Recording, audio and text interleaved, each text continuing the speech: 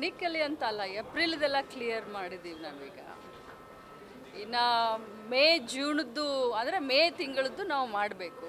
ನಮಗೆ ಪ್ರತಿ ತಿಂಗಳು ಫೈನಾನ್ಸ್ ಡಿಪಾರ್ಟ್ಮೆಂಟ್ನಿಂದ ಮುಂಚೆ ಒಂದೆರಡು ತಿಂಗಳು ಹೆಚ್ಚು ಕಡಿಮೆ ಆಯಿತು, ಇಲ್ಲ ಅಂತ ಇಲ್ಲ. ಬಟ್ ಈಗ ರೆಗ್ಯುಲರ್ ಆಗಿ ಫೈನಾನ್ಸ್ ಡಿಪಾರ್ಟ್ಮೆಂಟ್ನಿಂದ ನಮ್ಮ ಇಲಾಖೆಗೆ ಹಣ ಬಿಡುಗಡೆ ಆಗ್ತಾಯಿದೆ.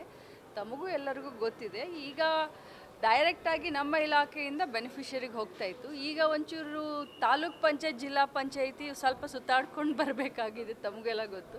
ಸೊ ಅದಕ್ಕೆ ಒನ್ ವೀಕ್ 2 ವೀಕ್ ಡಿಲೇ ಆಗಿರ್ಬೋದು ಅಷ್ಟೇ.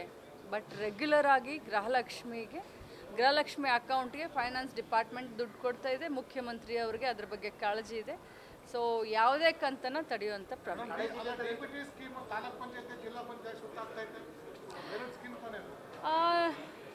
ಅದ್ರ ಬಗ್ಗೆ ಮಾತಾಡ್ತೀನಿ ನಿಮಗೆ. ಯಾಕಂತಂದರೆ ಇಂತಿಷ್ಟು ಖರ್ಚನ್ನು ನಾವು ಜಿಲ್ಲಾ ಪಂಚಾಯತಿ ಮುಖಾಂತರ, ತಾಲೂಕ್ ಪಂಚಾಯತಿ ಮುಖಾಂತರ ಮಾಡಬೇಕು ಅಂತ ಹೇಳಿ ಕೇಂದ್ರ ಸರ್ಕಾರದ ಒಂದು ಸುತ್ತೋಲೆ ಇದೆ.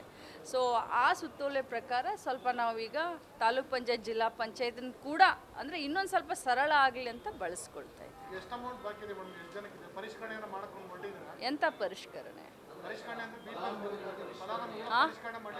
ಇಲ್ಲ, ಯಾವುದೇ ಕಾರಣಕ್ಕೂ ಕೂಡ ಯಾವ ಫಲಾನುಭವಿಗಳ ಪರಿಷ್ಕರಣೆ ಮಾಡೋದಿಲ್ಲ. ಇದು ನಿರಂತರವಾಗಿ, ಅಂದರೆ ನಾವು ಕಟ್ ಆಫ್ ಡೇಟ್ ಯಾವುದೂ ಕೊಡಲಿಲ್ಲ. ಇದು ನಿರಂತರವಾಗಿ ಗೃಹಲಕ್ಷ್ಮಿ ಆ್ಯಡ್ ಹಾಕ್ಕೊಂಡೇ ಇದೆ. ಪ್ರತಿ ತಿಂಗಳು 15,000, 20,000, 30,000 ಗೃಹಲಕ್ಷ್ಮಿಗಳು ಪ್ರತಿ ತಿಂಗಳು ಜಾಸ್ತಿ ಆಗ್ತಾ ಇದ್ದಾರೆ.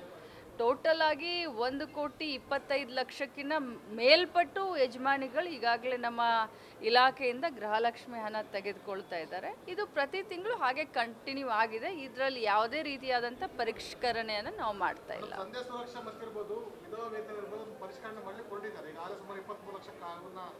ಸುರಕ್ಷಾ ಯೋಜನೆ ಅದನ್ನ ಕಟ್ ಆಫ್ ಮಾಡ್ತಿದ್ದಾರೆ. ಹಾಗಾಗಿ ಒಂದ್ ವೇಳೆ ಇನ್ಕಮ್ ಸ್ಲಾಬ್ ಇರೋರ್ನ IT ಪೇಯರ್ನ ಮಾನಿಟರ್ ಮಾಡಿ ಅಂತ ಇನ್ಸ್ಟ್ರಕ್ಷನ್ ಹೋಗಿದೆ DC-ಗಳಿಗೆ. ಒಂದ್ ವೇಳೆ ಮಾಡಿದ್ರೆ ನಿಮ್ಮ ಇಲಾಖೆ ಅನ್ವಯ ಆಗುತ್ತೆ. BPL ಕಾರ್ಡ್ ಮಾತ್ರ ನಿಮ್ಮ ಇಲಾಖೆ ಅದು ಮುಂದೆ ನೋಡೋಣ. ಈಗ ಸದ್ಯಕ್ಕೆ ಭಾಳ ಪ್ರೀಮೆಚ್ಯೂರ್ ಆಗುತ್ತೆ ಇದ್ರ ಬಗ್ಗೆ ಮಾತನಾಡಲಿಕ್ಕೆ. ಅವ್ರು ಏನಾದರೂ ಸಂಧ್ಯಾ ಸುರಕ್ಷೆ ಮತ್ತೇನು ಬೇರೆ ತಾವು ಹೇಳ್ತಾ ಇದ್ರಿ, ಅದು ಮೊದಲು ಅದೆಲ್ಲ ಆಗಲಿ, ಆಮೇಲೆ ಇದ್ರ ಬಗ್ಗೆ ನಾನು ಮಾತಾಡ್ತೀನಿ.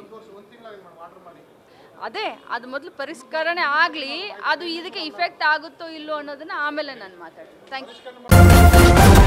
ನ್ಯೂಸ್ ಫಸ್ಟ್, ನಿರ್ಭೀತಿಯಿಂದ ನಿಮ್ಮ ಪರವಾಗಿ.